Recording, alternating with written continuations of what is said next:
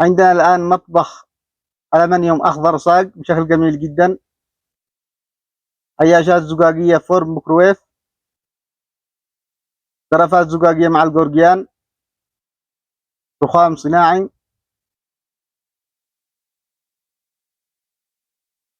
وهنا الحوض، غرفات زجاجية مع الجورجيان، طباخة مع الشفاط، أدراج سحابات، وهنا زاوية طويلة بشكل جميل جدا،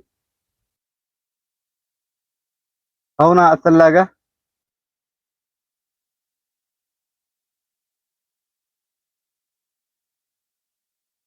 مطبخ ألمنيوم صاج أخضر بشكل جميل جدا وتصميم راقي.